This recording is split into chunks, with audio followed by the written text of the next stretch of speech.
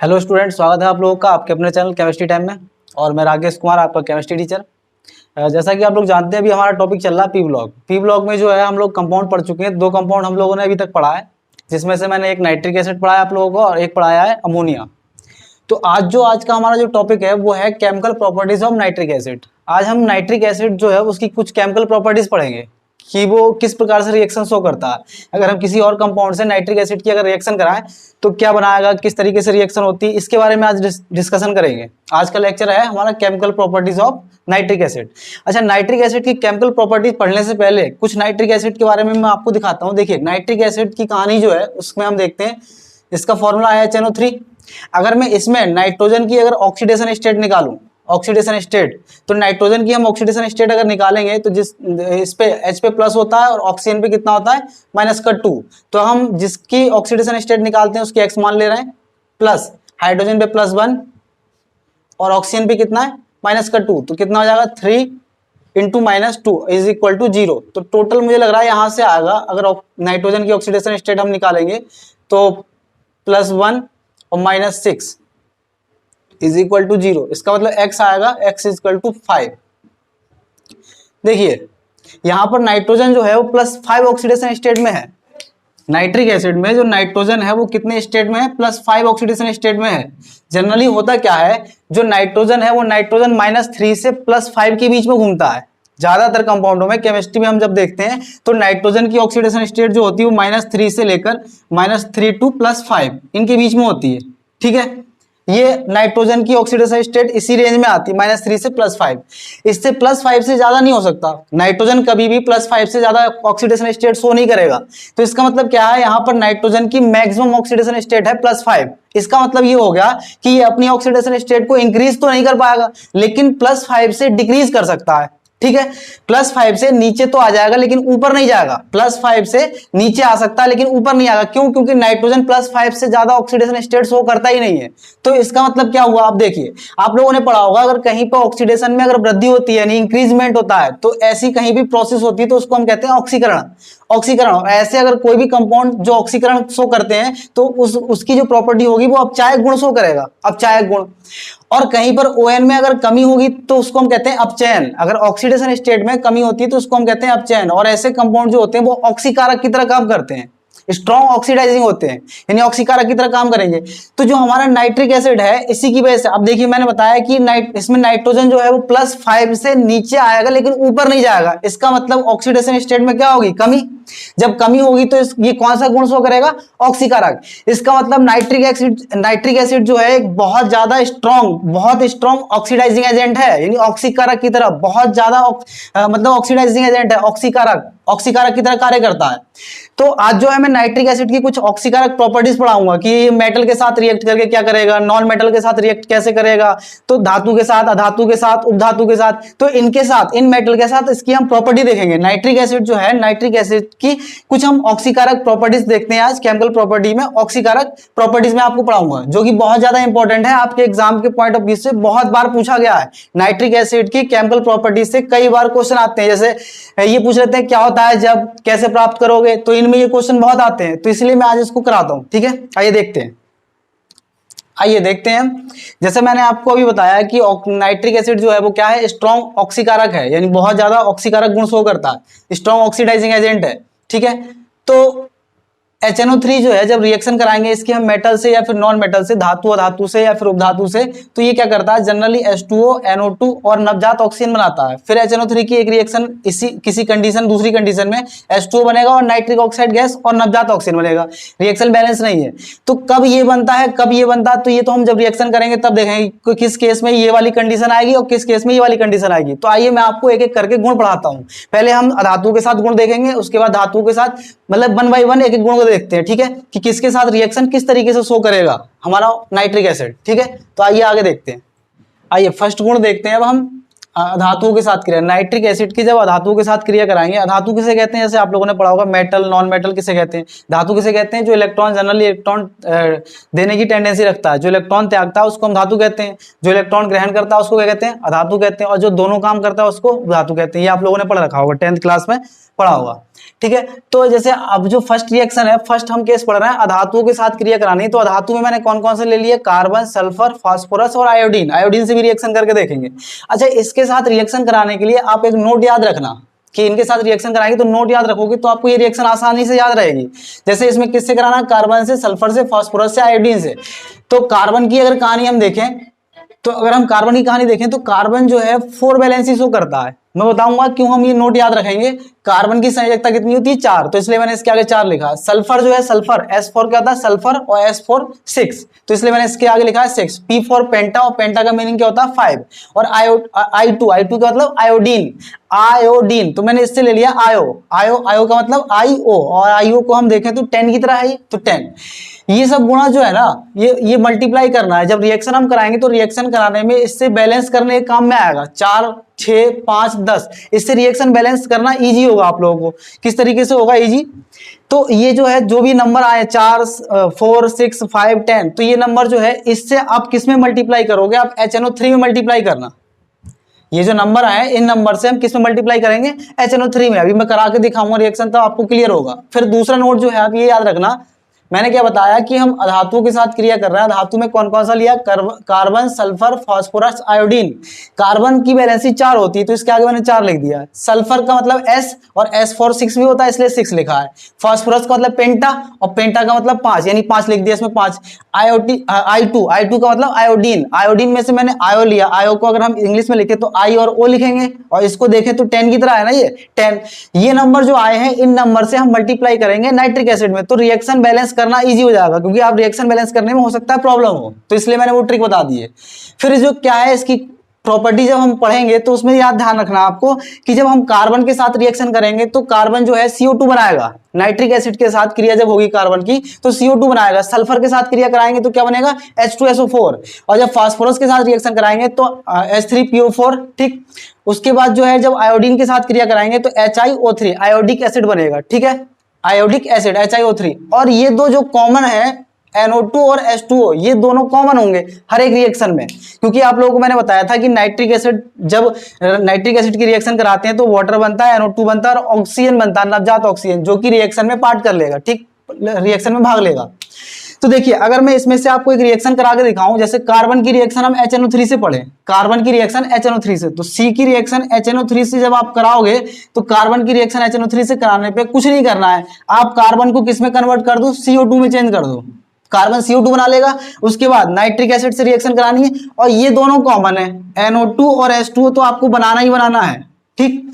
उसके बाद मैंने क्या ट्रिक बताई थी, कार्बन वाले केस में 4, और 4 से जो मल्टीप्लाई करेंगे वो किस में करेंगे, HNO3 में। रिएक्शन आपकी बैलेंस हो जाएगी, इससे इजी होगा आपको बैलेंस करना। अब देखिए, इधर रिएक्शन बैलेंस करने के लिए क्या करेंगे, यहाँ कार्बन 1 है, इधर भी कार्बन 1 है, लेकिन यहाँ हाइड्रोजन जो है 4 होगा, यहाँ पर हाइड्रोजन कितने हैं, 1 ही है, तो इसलिए यहाँ पे कितने से मल्टीप्लाई कर दें, 2 से। उसके बाद नाइट्रोजन देखिए, यहाँ पे नाइट्रोजन कितना है, 4, लेकिन यहाँ पे नाइट्रोजन कितना है, 1, तो इसमें भी किससे मल्टीप्लाई कर दें, 4 से। अब ये रिएक्शन बैलेंस है, चेक कर सकते हैं। ऑक्सीजन कितना होगा, 4 3 12, और यहाँ पर ऑक्सीजन कितने, 4 दूनी 8, 8 और 2 10, और 2 12, ठीक है। तो ये रिएक्शन बैलेंस हो गई। अगर नेक्स्ट रिएक्शन आपको पढ़ना है, मान लीजिए सल्फर के साथ रिएक्शन कराना हो, तो सल्फर के साथ जब नाइट्रिक एसिड की रिएक्शन कराएंगे तो सिंपल है, सल्फर किस में कन्वर्ट हो जाएगा, H2SO4 में, तो H2SO4 लिख दे रहा है। उसके बाद फिर नाइट्रिक एसिड के H2SO4 बनाने के बाद क्या हो जाएगा, NO2 और H2O तो बनना ही बनना है, कॉमन है, लेकिन इस बार बैलेंस करने के लिए 6, S4 6 होता है ना, तो 6 से मल्टीप्लाई कर दीजिए नाइट्रिक एसिड में, तो 6 आ जाएगा। अब इस 6 को देख के फिर से आप रिएक्शन बैलेंस कर सकते हैं। तो ये ट्रिक हो गई, अधातु के साथ क्रिया होगी तो ये सारी रिएक्शन आप कर लोगे। क्या करना है, कुछ नहीं है, बस ये याद रखना है कि कार्बन CO2 बदलेगा, सल्फर H2SO4 में, फास्फोरस H3PO4 में, और I2 जो है आयोडिक अम्ल में। तो ये सारी रिएक्शन, और ये दोनों जो है सभी रिएक्शन में कॉमन है, NO2 और H2O जो है ये सभी रिएक्शन में बनेंगे, NO2 और H2O सभी रिएक्शन में कॉमन है, फिक्स है। तो इस तरीके से आप अधातु के साथ क्रिया कर लेंगे। इसके बाद हम देखते हैं नेक्स्ट रिएक्शन। आइए नेक्स्ट प्रॉपर्टी देखते हैं अब हम, उपधातुओं के साथ क्रिया। उपधातुओं के साथ क्रिया जो है वो 2 रिएक्शन पढ़ लिए, एक आर्सेनिक और एक जो है एंटीमनी, Sb, एंटीमनी के साथ रिएक्शन पढ़ लिए। इस रिएक्शन को याद करने के लिए आप ट्रिक याद रख सकते हो, हंसो 34 बार एंटीमोनिका के साथ, इससे आप ये रिएक्शन इजीली याद रखोगे, याद रख सकते हो। क्या है, हंसो 34 बार एंटी मोनिका के साथ। इसका मतलब क्या, मैं समझाता हूं। जब आर्सेनिक की रिएक्शन किसके साथ कराएंगे, नाइट्रिक एसिड के साथ, तो क्या बनता है H3AsO4, आर्सेनिक अम्ल बनता है, आर्सेनिक अम्ल H3As। तो मैंने हंसो क्यों लिखा है HASO4, हंसो, देखो हंसो 34 बार 3 और 4, तो इससे तुम्हें ये याद रहेगा किसके साथ, एंटीमोनिका। दूसरा जो बनता है वो क्या बनता है, एंटीमोनिकम, तो इसलिए हमने लिखा है हंसो 34 बार एंटीमोनिका के साथ।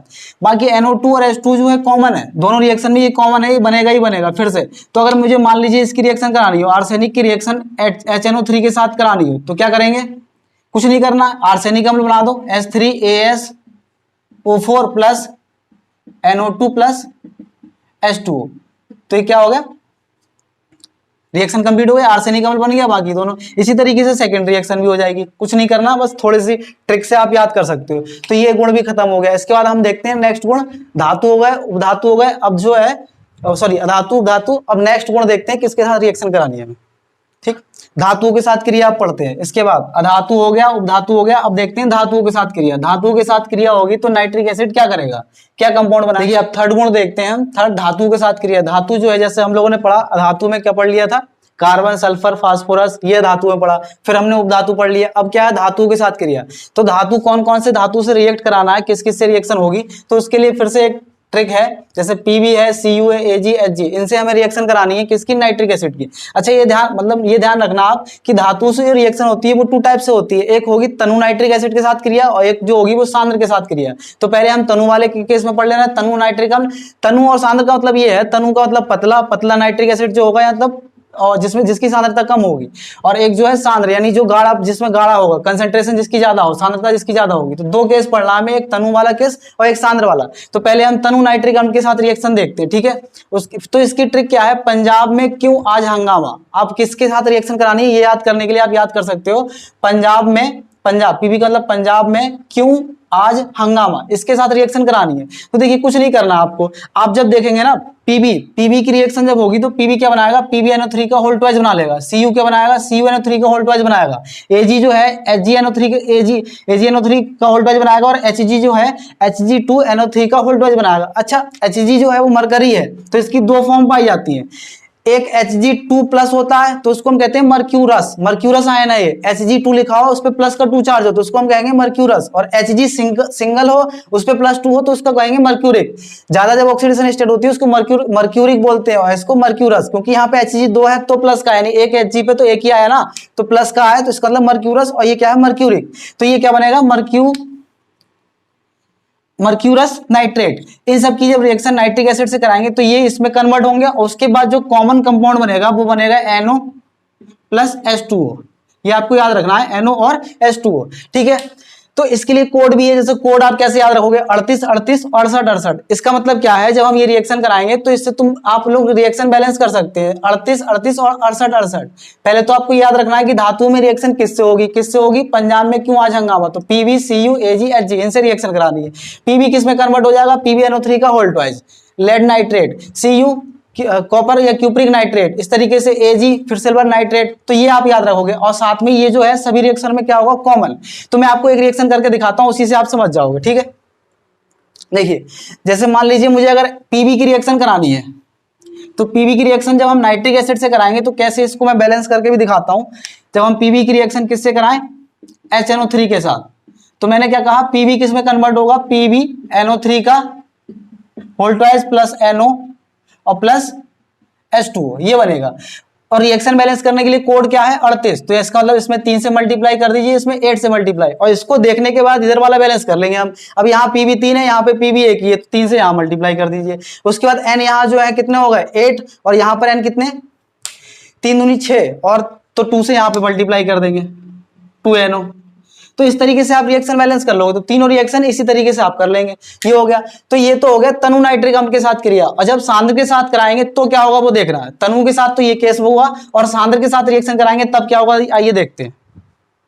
देखिए अब नेक्स्ट जो है, नेक्स्ट हम पढ़ रहे हैं सांद्र वाला केस। सांद्र नाइट्रिक एसिड के साथ जब रिएक्शन कराएंगे तो क्या होगा देखिए। अच्छा सांद्र वाले केस में एक जो धातु है वो और बढ़ जाएगा, SN टिन, इसकी मतलब इसमें जो है प्रेजेंस भी होगी, SN के साथ भी रिएक्शन कराएंगे धातु वाले केस में। सांद्र के साथ जब रिएक्शन कराएंगे तो एक SN और बढ़ जाएगा। तो इसकी ट्रिक क्या हो जाएगी, पंजाब में आज हंगामा क्यों, आज हंगामा बेटा, SN, सन का मतलब क्या होगा, SN है ना, तो इसको सन बोल सकते हैं, और सन मतलब क्या होता है बेटा, तो इसलिए हमने आज क्या इसकी ट्रिक क्या बना दी, पंजाब में क्यों आज हंगामा बेटा, सन। इस तरीके से आप याद रखोगे तो आपको याद रहेगा कि इसके साथ रिएक्शन करानी है। अच्छा पीबी के साथ कराएंगे तो वही PbNO3 का होल्ड बनेगा, Cu, तो ये सब तो ये इसी में कन्वर्ट हो जाएंगे। SN जो है वो किस में बन जाएगा, क्या बना लेगा, H2SnO2, मेटास्टेनिकम, इसका नाम होता है मेटास्टेनिकम। तो होगा क्या, अब इस बार उस वाले केस में, तनु वाले केस में यहाँ बनना था NO और H2O, लेकिन इस वाले केस में क्या बनेगा, NO2 और H2O। इस तरीके से हम रिएक्शन बैलेंस कर लेंगे। देखिए बैलेंस करना आसान है, इस वाले उसमें कोड क्या था 38 38 68 68, इसका कोड क्या है 14 14 14 24 14 14। इस तरीके से आप कोड याद रखोगे तो ये जो है रिएक्शन आसान हो जाएगी। जैसे मान लीजिए मुझे पीबी की रिएक्शन किससे करानी है, पीबी की रिएक्शन HNO3 से करानी है, HNO3 से, तो मैं क्या करूंगा, यहां क्या बनाऊंगा, PbNO3 का होल ट्वाइस, PbNO3 का होल ट्वाइस प्लस क्या बन जाएगा, NO2 और प्लस H2O, ये बन जाएगा। उसके बाद बैलेंस करने के लिए एक 14 लिखना है तो एक यहाँ लिखेंगे नहीं और यहाँ पे 4, उसके बाद इधर का बैलेंस कर लीजिए आप, देख के सेम कहानी सभी रिएक्शन में हो जाएगी, तो इसमें कुछ खास नहीं है। तो हमने 3 तरह की रिएक्शन पढ़ ली नाइट्रिक एसिड की, क्या एक पढ़ा हमने धातु के साथ क्रिया, सॉरी एक अधातु के साथ, फिर उपधातु के साथ और फिर धातु के साथ। धातु वाले केस में 2 तरह के 2 टाइप्स की रिएक्शन थी, एक था तनु नाइट्रिक एसिड के साथ क्रिया और एक शांत नाइट्रिक एसिड के साथ क्रिया। तो इसके आगे की कुछ रिएक्शन और जो है वो मैं नेक्स्ट लेक्चर में कराऊंगा, उसमें हम अमोनिया और नाइट्रिक एसिड की जो बचे हुए कंपाउंडों की रिएक्शन जो है उनको भी ऐड कर लेंगे, तो अमोनिया इन दोनों को एक साथ करा दूंगा नेक्स्ट लेक्चर में। तो आज का जो हमारा टॉपिक था नाइट्रिक एसिड की कुछ केमिकल प्रॉपर्टी देखनी थी, उसमें हमने धातु अधातु और उपधातु की कहानी देख ली। नेक्स्ट लेक्चर में नाइट्रिक एसिड के कुछ कंपाउंड जो बच गए वो हम करेंगे और साथ में अमोनिया की जो प्रॉपर्टी होंगी केमिकल प्रॉपर्टी उसके बारे में भी पढ़ेंगे, ठीक है। तो ये ट्रिक से आप लोग याद कर सकते हैं, जैसे मैंने ट्रिक जो है आप लोगों को बता दिया, कोड भी बता दिया रिएक्शन बैलेंस करने के लिए कैसे याद करना आप लोग कर लेंगे। जैसे हमने उपधातु के साथ रिएक्शन करी तो उसके लिए बताया 134 बार एंटीमोनिका के साथ, तो इस तरीके से आप काफी कुछ याद कर सकते हो, इजिली याद रहेगा। और आगे भी जो हम रिएक्शन पढ़ेंगे वो ट्रिक वाइज पढ़ लेंगे, तो ट्रिक से हमें बहुत सारी रिएक्शन याद हो जाएंगे, ठीक। तो अगर आप लोगों को वीडियो अगर पसंद आ रही है, आप लोग हमारे चैनल पे अगर न्यू है तो प्लीज चैनल को सब्सक्राइब कीजिए और बेल आइकन को दबाना ना भूलें, ताकि आगे की जो भी अगर वीडियो आएगी तो आप लोगों को नोटिफिकेशन मिल जाएगा। और आगे के लेक्चर में मिलते हैं नए टॉपिक के साथ। धन्यवाद, थैंक यू।